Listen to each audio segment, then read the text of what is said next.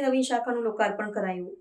તો Kheda district central cooperative bank લિમિટેડની અદ્યતન સુવિધાઓથી સજ્જ નવીન શાખાનું ઉદ્ઘાટન સોજિત્રા વિધાનસભાના તારાપુર એપીએમસી ખાતે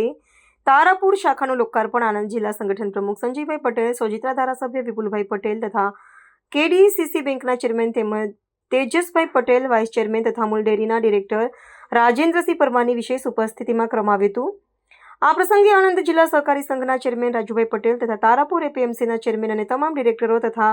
તારાપુર તાલુકા, સોજિત્રા તાલુકા તેમજ સોજિત્રા શહેર સંગઠન પ્રમુખ, મહામંત્રી, કેડીસીસી બેંકના ડાયરેક્ટર, વિવિધ સંસ્થાઓના હોદ્દેદારો, પદાધિકારીઓ, તાલુકાના તમામ સહકારી તેમજ ડેરીની સહકારી સંસ્થાના હોદ્દેદારો તથા સોજિત્રા વિધાનસભા સંગઠનના હોદ્દેદારો, પદાધિકારીઓ, કાર્યકર્તાઓ, પૂર્વ સંગઠન તેમજ તાલુકા પ્રમુખ, આમંત્રિત મહેમાનો તેમજ મોટી સંખ્યામાં તારાપુર તાલુકાના આગેવાનો, નાગરિકો ઉપસ્થિત રહ્યા હતા।